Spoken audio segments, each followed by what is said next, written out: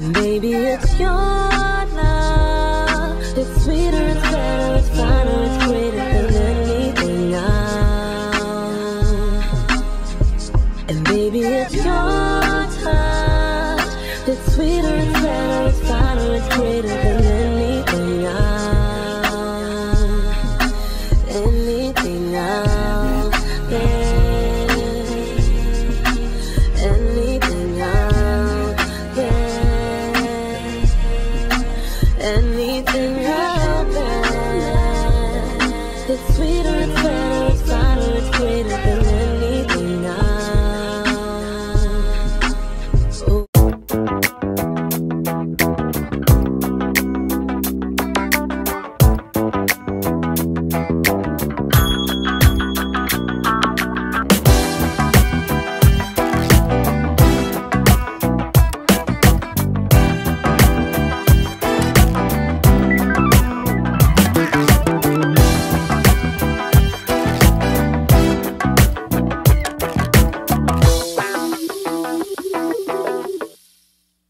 Hey YouTube, this is Mikkel, and I know you guys are used to Kevin introducing us, but I decided to take over today. We are sitting here live from 11th and Spring Garden at Tea-Ful Bliss with none other than Philly's own Vivian Green. Okay? Welcome to the Skorpion show, man. Welcome. Thank you for having me. And look, I can't lie, I've been trying to get you on our show for a long time. Really? Forever. Cause I am a huge fan, and Wow. we go way back to the I think it was the Columbia Records message boards where you used to come on. Oh yeah. So I used to come up over there, I and did we used to talk chat on there and everything. Yeah. So I'm just happy that you're finally Well, on the it took Skorpion so show. long. People live here. I know, Right? I know. Mind you, when he told me, We all live here. well, we all live here. But see, the thing is, I didn't even know you still lived here. When he told me, I was like, oh, she's still living in Philly? He was like, yeah. I was like, oh, that's cool. And I was like, I didn't even see her, but then I don't ever see anybody. I don't get out much, honestly. So Yeah. it's very rare that I go out to even. So you definitely would not see me. Oh, so you just like Well, she's like me.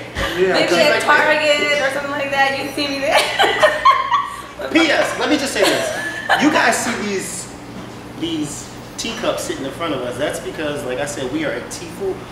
It's Tea-Ful Tea-Ful Bliss. Bliss. Yes, Tea-Ful Yes. Bliss Cafe on 11th and Spring Garden. And we are enjoying some good tea. So if you It's guys really are ever in good. Philly, make sure you guys stop down here and get you guys some good tea. Now, enough about the tea. We're going to spill the real tea with Vivian. Yes, so everybody know Vivian Green just released her new album, The Green Room, 2 weeks ago. But before we talk about the album, I want to go back. Let's I go want to back. introduce you to our audience. So I want to know, how did you get started in the industry? Wow. I would have to go all the way back to when I was a teenager. I was managed by my friend Carrie, Voice to Men, his partner in Rock Autos, who now is around Sigma town, just a couple blocks away from here.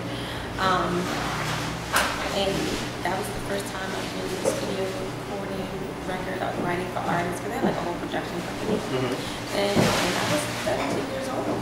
And actually co-wrote a song on Voice to Men's third album called Evolution, called Dear God. It was my very first publishing credit. So that's like how and then I had I was 16, I'm sorry, I was 16. And then I had a deal with Rough House in Columbia, and they were really big back then. We're talking way back, like Criss Cross. That's way Cypress back. Hill, Yeah. Fuji's way back, yeah. And my parents couldn't agree on the terms of the deal, so it ended up not happening. But that's how I first got my foot in the door of knowing people actually in the industry, meeting the label, knowing songwriters having my name, on a published album. That's when I was a teenager, so that's when I first got my foot in the door. And every day after that, that's been led up to my release of my first album, A Love Story. Well, I know They that did you... in 2002. Everybody Everybody thinks that it started with Jill Scott, who I did work for and sing back and forth for. Well, see, that's what I was just about to For say. a year, but I was 20, so there were years before that, where I didn't know her. I met her just from doing that gig. I didn't know her before. We didn't work together. People assumed that. That you guys, since we from Philly, everybody knew each Yeah, other. no, not like that at all. I was actually friends with one of the producers of her first album. And he's the one who said, hey, I want to do this gig. And I didn't want to do it because I always wanted to be a solo artist. That's always what I wanted to do. And all the jazz clubs around town in Philly, and working on my demo with Eric Roberson. Okay. Who was definitely the person who helped get me signed to Sony Music. I mean, all my demo that got me signed to Sony with him at his house while I was on the road with Jill. Let me ask you this. You working with Jill Scott, how was that for you, someone who was just starting out in the game? You were still, you know, fish out of water, somewhat. Well, I mean, somewhat, but you going on tour with Jill Scott, was that like a little bit intimidating, or like how was that experience? I was managed by Blackbird. Carrie Bushman sold 20 million records, so no, well, not at all. okay, You know what I mean? Yeah. I know they're not huge now, but back then, where I'm talking about, they were pretty huge. Yeah. You know, so and at their studio, Stone Creek, and here in Gladwin, that's where they had their facility. A lot of celebrities used to come through there. Oh wow! Okay. It wasn't like that. And when I started singing with her, it was before she sold a million records. So it was before she became really famous. I quit probably around the time when it all like was really like out of this world. And I think the most amazing thing about being there and being on that gig, seeing it, you know, start off in the small clubs and seeing it grow. Like I worked for her for again like about a year exactly, and it was just amazing to see that how the word of mouth campaign just like turned into this big, huge thing. It was like it happened overnight. And you know, and being there and seeing that was pretty amazing. It started off doing little clubs, and then by the time I left, she was doing 6,000 seater theaters, and that's something to see, you know. What did you learn from her while working with her? Was there anything that you can say that you, as working with other artists, because you know, I know a lot of times when we do stuff occasionally with other bloggers, and you see how they do things on their shows, you kind of pick up certain things. Was it something that you picked up from her? I can't say that there is. I think people want me to say that, but well, I don't mean in a sense that But no, I think that what I learned from her and from watching her is what it's like to be an artist. I knew what it was like to make a record. I knew well, yeah, that's what I. What it was like to be in the studio. But it's like I got to see from her like the part 2, you know, after the studio what happens. And it was just really amazing to see how tired she would be. You know, she would get up and be at radio all day, and we would have to soundcheck her sometimes if she couldn't make it, soundcheck in time, and then she would show up at the show when we haven't seen her all day and she's tired, you know, just do the show, and I do the same thing over. Like, you know, no one really tells you, you know. Yeah, they don't prepare you. They don't give you a blueprint of what it's going to be like when the album is out. They just, no one ever says, hey, so you're going to do a million interviews, and then you do a show, and you might be able to take theater before the show, you may not. You may have to come dressed, and you may not see all your band members and all day, and you may have to, like, no one ever tells you that. Like, you just, you know, and then the next day you get up at 5 in the morning and fly to California, you know, and as soon as you get off the plane, you're going to radio. You got to get your face beat as fast as you can. Like, nobody tells you, you know, so I got to see her do that, and I think it definitely helped me prepare, you know, for what was to come for me. So it was really, really a cool experience, you know, and it was just fun. I was really young, and, you know, just some really great memorable times in the band, and, you know, all the singers, we were all pretty tight. So it was really a fun time. I remember we had a lot of fun. Yeah. So you released The Love Story in 2002. What was the inspiration to that album? Because, you know, that's like everyone's favorite album of yours. Like, it's a classic. I love the songwriter. I love the songs. Yes, girl. It's not my favorite though. It's not your favorite, no. but it's usually always like that when an artist have something, and then but fans seem to love it. No, I don't know. Because I was saying, like, why isn't that your favorite? It's definitely not. But why? It's 10 years ago. I think I'm a better singer. I think I'm a better singer for one. I think I listened to a lot of the, you know, vocals, and I'm like, oh my gosh, I should have did that over. It doesn't sound good. I don't even have it. I do not have the album to listen to. But that's a good thing when. No, you don't want to hear that. You don't want to hear something. No. You know what? No. Listen, you know what?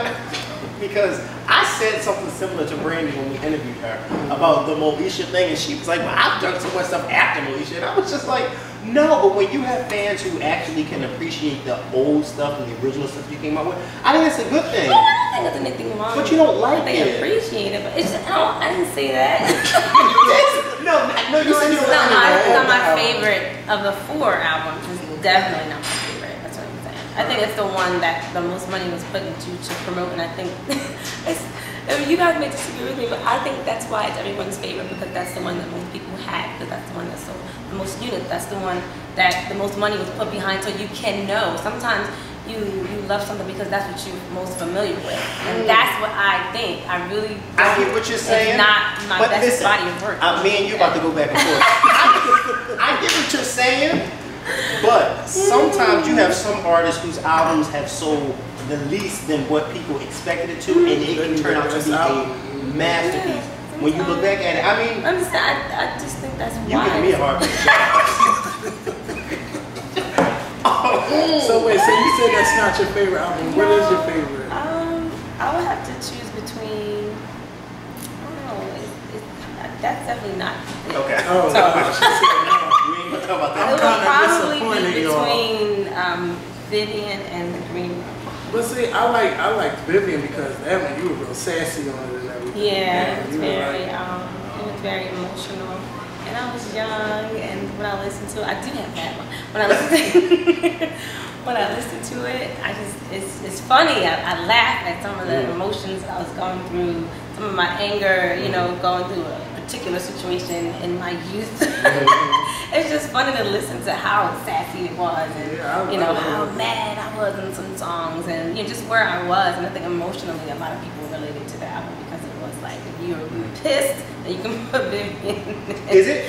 But I don't like it because I was pissed. I just like the work that I did. I like how I went different places musically, like with Frustrated. That's like one of my favorite songs that I made, and it's very different from anything that's on a love story. And there's another side of me that is not, I guess, soulful. Though I do love soul music, obviously, but there's another side of me. I like other things as well. And I think with Vivian, I got to play with some other genres a little bit, and I felt like my creativity was coming out a lot more than on my first record, where somebody, what people have said, and I even read like, oh, you know, she went more mainstream or whatever. And I'm like, no, this is actually what I wanted to do. No, I'm not. I didn't sell out or anything like that. No, I don't think that, you know. But I think it's, as an artist, it's sometimes difficult to stay within the confines of what people think you are. And people always think you are exactly what, how you were introduced to them. That's like what they want you to always be. And it's like, hey, I was 22.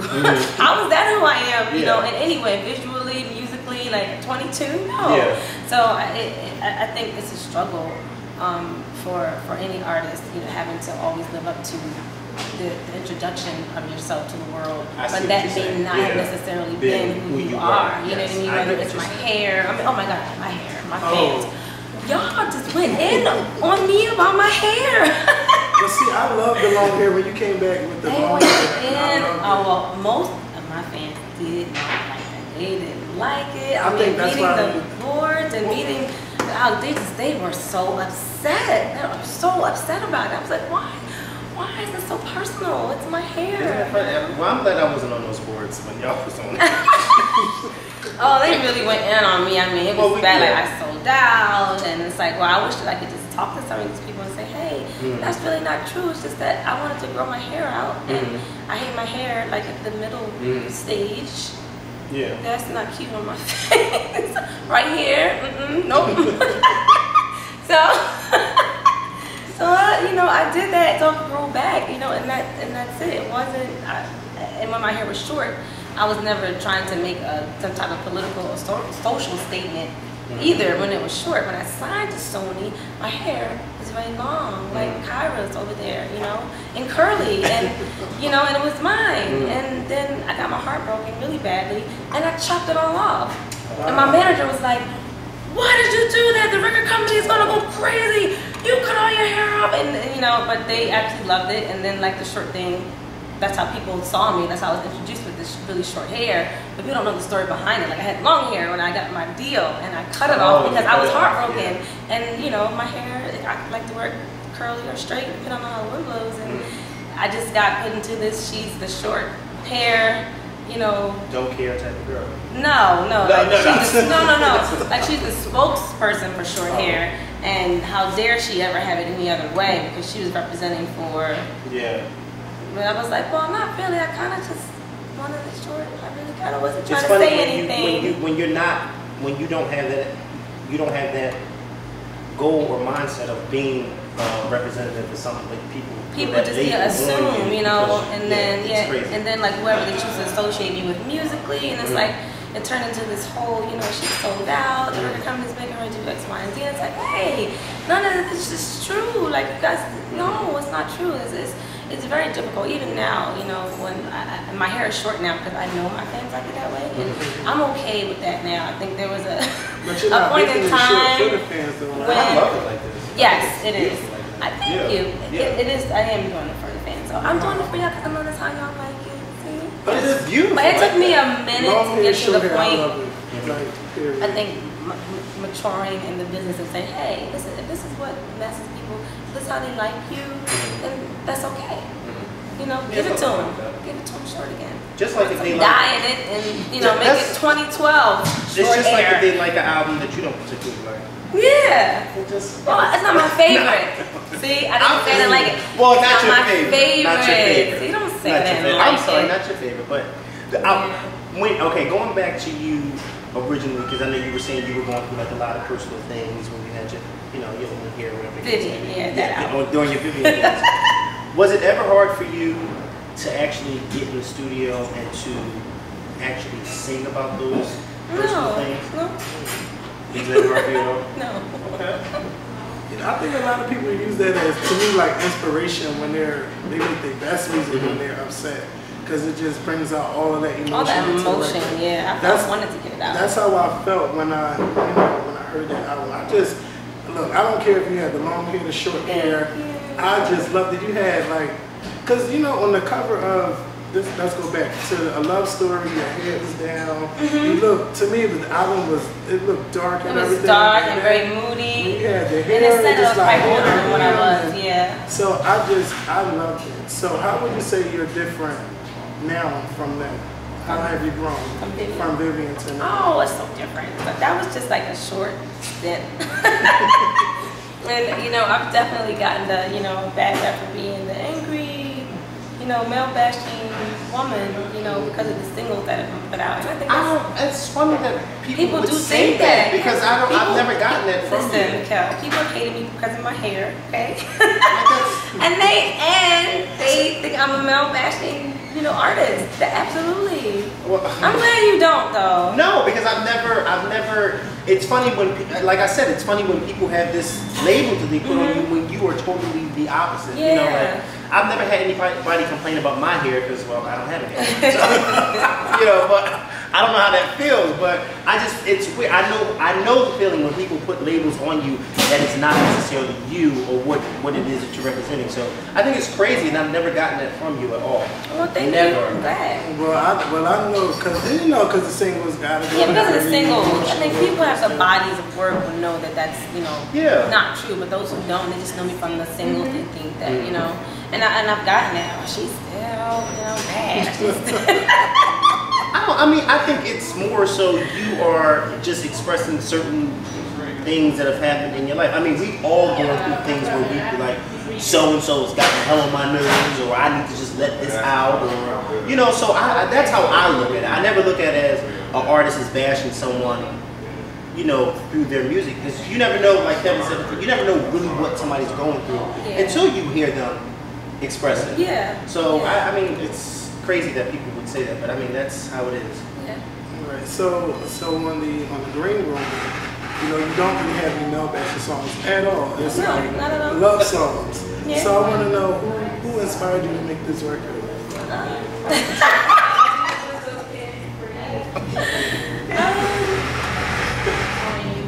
I'm single, and I'm just in a really cool place in my life right now, so I just wrote some nice songs. It doesn't necessarily mean they're about anyone in particular, or maybe they are. I don't know. She lying.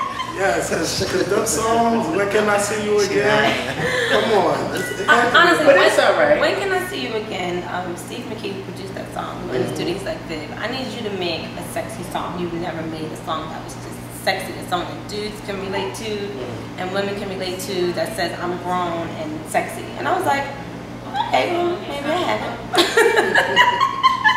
I was like, well, let's do it. So I really wrote that song with all of the things that he said in mind, and that's what I came up with. I really was not traveling to a different time zone to see anybody. I really honestly wasn't. She said, ain't nobody, so what's they live at? All right, well, you know, you say so. Y'all really have to get it. So, how did you come up with that title, The Green One? Well, a friend of mine actually named the album, and he's a writer, and I thought that it was just very clever, and it made sense, and I think of a green room as an exclusive place that, you know, an award show or a venue that, you know, only VIP folks can get into, or artists or band management can get into. So I think of it as an exclusive place for events, and my last name is Vivian, obviously, some little play on words there, and there you have it. Wow. Yeah. Okay, I would have never even but now that you said it makes sense. Okay. You laughing at my title? No, I'm trying to figure out who this man is. Cut it out. Okay. So wait, so I watched the video, Anything Out There. That's the first single. Who was the guy in the video? Because I'm trying to, I don't know if he was a basketball player. Was he a basketball player? No, he's a model. He's a model. He's from Philly. I feel like I've seen him before. You might have. He's an actor too, so you might have seen him. If you used to go to any Philly theater things, you might have seen him there. Maybe. No, it's not it. I just thought he was a basketball player. I said, okay, you got a basketball player in the video? No. He's a model, and I met him that day. Wow. And I thought it was best that way because I don't pretend to be, you know, an actress who could just, you know, switch on and off with anybody. So the two other guys in the video were people that I know. One was my accountant, actually, and one is a friend of mine that's an artist. But I didn't want them to be the guy in the chair because, like, I know them. I sang at one's wedding, and my boobs aren't allowed. Just wasn't. I don't think I could have, you know, pulled that one off. But the fact that he was a stranger made it really easy to do. So, yeah. Well, speaking of acting, I know way back when I was in high school. Oh my gosh. There used to be this TV show that used to come on that I used to love every Sunday night. Okay. On NBC. Okay. Called American Dreams. Okay. And you played Brenda Holler. I did. What was that like going from singer to actor?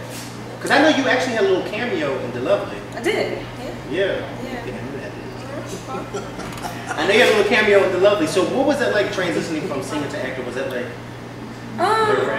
no, because you know those were very safe, you know, roles, like very safe. Yeah, because you played singers. Yeah, I'm playing singer, so it's really not difficult. It wasn't difficult at all, actually. It was probably more fun to be on the set of a TV show and of a movie to see how it works, you know, because it's very different from, you know, what I do. So it's pretty kind of cool to just be there and see how it's all done. The Lovely in particular was definitely interesting because the scene, every time the camera comes on me, I have on a different outfit, a different dress. Yeah. And we actually did it in real time. So every time the camera went away and circled the room, like wardrobe was changing my clothes in front of everybody. So it was very interesting to do that for like 12 hours. Wow. Yeah, it was fun though. It was cool. It was like, oh wow. Yeah. So. Would you ever consider doing acting? Like, I think safe roles. Like, you know. So you would only want to do safe roles? Yeah. I don't pretend to be this actress who's going to win an Oscar one day. I'm not blessed with that talent though. I think I can play a singer. You know, I could be in stage play, Sing Girls or Sparkle. I can be one of, you know, something like that. Broadway or something. Would you like to do Broadway? I would do it, you know, but as long as there's singing Well, involved. you know what's so funny, because I don't think I've ever really heard someone say, like a singer actually say what you just said. What?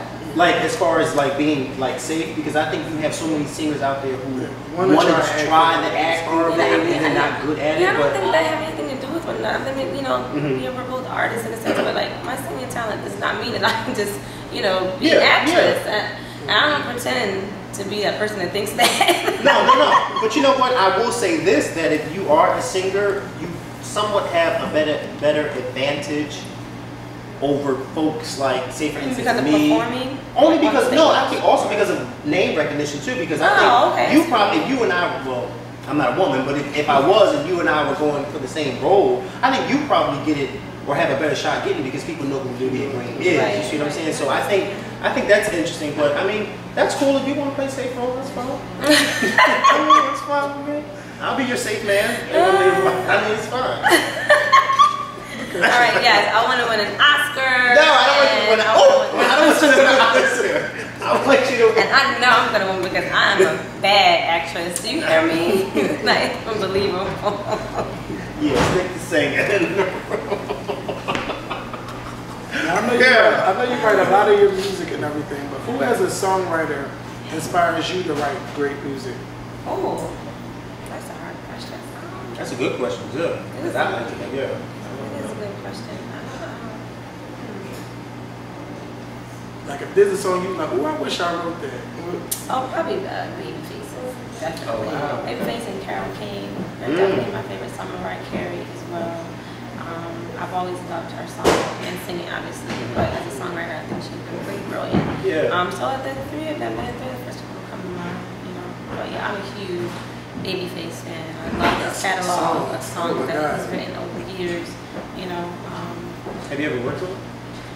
No, but we have done shows together on the road. He's very sweet, very nice man. He told me that he thought my performance was great, and I was so like, you know, I don't have a lot of those moments where I feel like, the Babyface moment absolutely. You're gonna try to get him on your next album. Well, yeah, that would be nice. That would be dope. Yeah, that would be. Are there any other singers other than Babyface that you wouldn't mind? Songwriter?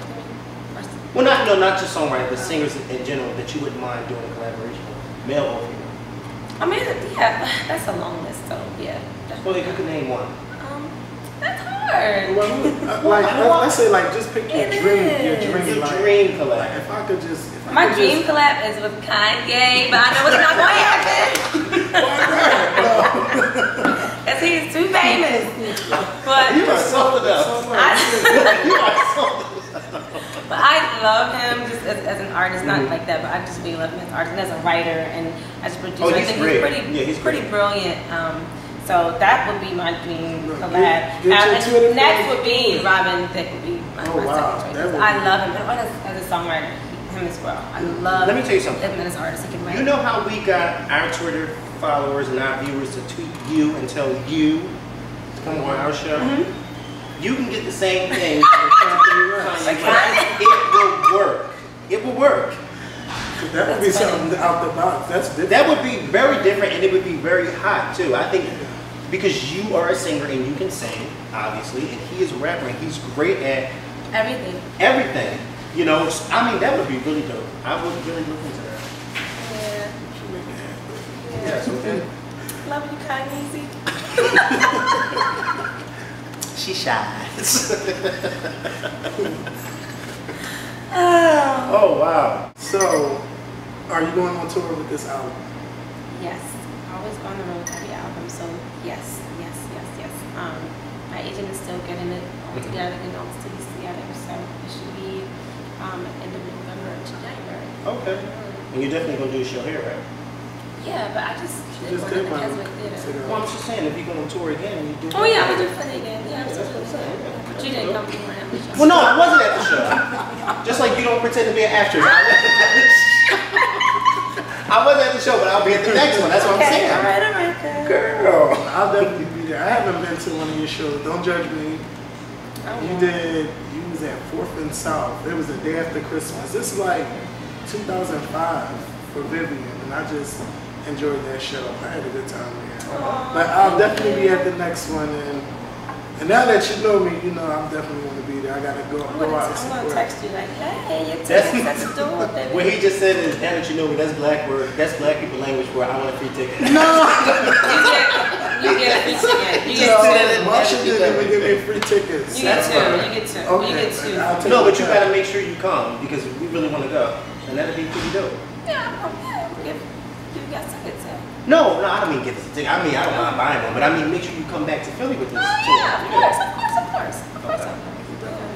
So I have another question for you. Okay. All right, now we know that you were with Columbia a long time ago, and now you sound with E1. How was that transition from being on a major label to being an independent artist? I mean, really can't say independent. Because we are a label, you know, so, and then it's like I'm putting it on myself, which I'm so not doing. So, it is a smaller label, and they call it small label because it's not as major as a Sony or so. It is different because the whole business model is different. You know, things work a bit differently. You know, you adjust and get used to it. I think the main thing is money. You know, that's the main thing, is they don't have as much money as a huge label has. So you know, everything is always trying to always save money or cut costs here and there, and that's not always fun. You know, for anyone involved in the creative process of making an album, you know, because people take big cuts to be on, and I had some really, you know, great producers on my record who, you know, used to buy a different kind of fee than what they got from me. But that's what your relationships are for, you know. And I've definitely made some really amazing relationships in the last 10 years that I've been doing this with, you know, producers and musicians and all kinds of people. So I really make it happen, you know, either way. I don't think, you know, sound-wise, when you listen to the Green Room, you listen to a love story, that one sounds more expensive than the other. You know what I mean? I think if anything, the Green Room probably sounds more expensive than a love story, but it was a lot cheaper to make. But it's a great album. I'm telling y'all, y'all gotta go get it. Do you ever? I'm sorry. No, I'm just saying because, you know, I know you came out with Beautiful 2 years ago, and I told you, you know, that wasn't like my favorite. Wasn't your favorite, yeah. But when I listened to this, I said, that's Vivian. I'm a buy it. I bought it without listening to it. Aww, and I listened to beginning to end, and it's just all that. Like, it is. I worked really, really hard on it. I really, really did. And this is the first time that I made an album with my fans in mind the whole time. I never did that before. I always go into the studio and I go off of how I feel, you know? And that's what I've been doing. And I'm being gone. If you exclude Beautiful, because not a lot of people knew that it was out, because, you know, this is a bad single choice and it just didn't go the way that we all had hoped it would have. So if you just act like that didn't happen, it's a 7 years. No, it is though. It's like 7 years to a lot of people. I've been gone for 7 years, you know, so you really have to have your fans in mind, whether it's hair or music. You're right. You know, and say, hey, I have to play to my base and say, what does my base want to hear? Like those diehard fans, what do they want to hear? And I really made this album with them in mind. I was not willing to compromise on, you know, the content of what, you know, the writing would be, as far as I'm not making a male bashing album. People say, oh, you have to make another emotional roller coaster like that. I'm like, okay, I'm not gonna do that, but I will make an album that's very soulful, you know, and I know that's what people wanted me to do. So I made a point to do that, to make a soulful, grown, and sexy album, but that had a nice positive flow to it, you know, versus so emotional. Because I'm just not there right now, so I think it'd be hard for me to try to make an album like Vivian, you know, because it's just not where I am in my life. So I really did work hard on it, and that compromise wasn't always easy because, you know, a lot of times I go somewhere else with the sound and what I want to do, and it's not always in the soul link, you know, just naturally in my creative process. So I really had to say, no, that's too pop, it's too left over. They're not going to like listen to scratch it, and I could have loved it, you know, but I, you know, throw it away because I know that's not what I needed to do this time. So I'm really focused on making an album for the fans. So I'm so glad, you know, about the response that I get, the responses that I read on Twitter every day. I mean, it's been a while since I've seen a response like that. People are saying that it's as good as the first one, you know, whatever that is. So. I'm ready to tell you, bye girl, that album, A Love Story, is just, let me tell you, when I seen your album, I bought it from Tower, it was actually Tower at Broad and, what is it? Broad and Chestnut. And I seen it was on sale, and I bought that album, and that's just been my album for a long time. Aww. So yeah. Can I borrow yours? Because I don't have one. I'll have to burn it for you. Do you have a favorite track off this new album? I don't. I would name like 5 songs, so let's just say no. I'll tell y'all, my mind is free as a bird. Is that your favorite? Yeah, your voice is just incredible. It's just always been incredible, but that's my favorite one. I know that has to be a good feeling when you have fans tell you that your work does something. Yeah. It feels really great, you know, it really does. And it's especially again when you really work hard to please them like I did on this album.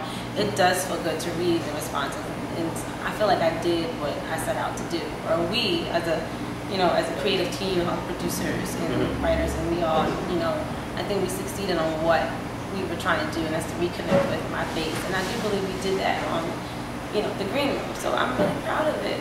Well, that's good. Yeah.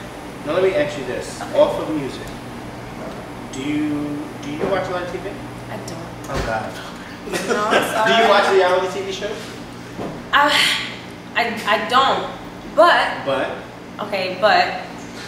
I have watched the Braxtons on YouTube. Okay. On YouTube. So I don't even know what channel it comes on, but WeTV. okay, WeTV. I'm sorry, but because I am a huge Tony B fan. You know, Oh. since I was she's definitely one That of would be a good collab too. You and Tony. Oh, I would love that. I love her, but I've been loving her since I was a teenager. You know, Yeah, I that used to would be want to a be good her collab. and everything. That would be Well, then great. because her actually. voice is deep and my voice is always, my deeper register is goes pretty low like hers, so I always could sing her songs even when I was a teenager. So I always feel like we had that in common. So I love Tony. So I do watch that on YouTube, you know, when I get a second to try to find the next episode or catch up on the season. So yeah, but that's it. I don't know about loving basketball or any of that. You don't need to know. I know, yeah. I wish I didn't know that, but hey, that's what they want us to talk about, so we talk about it. Oh, but I did see that Iyanla Fix My Life. Oh, girl, we can talk about that. Oh, dang. I did see that one. That's Miguel's show right there. No, you got to see the ones after that. Oh, That okay, was that's good. the one. That's the only one I saw. No, that was my good. mom made me. The one that came on the other day. Who was on that? Three sisters. You know, Evelyn was the only, like, you know, celebrity. Yeah. And since then, she's had, you know, like regular people. Yeah. But Lord have mercy, she had 3 sisters on there the other day.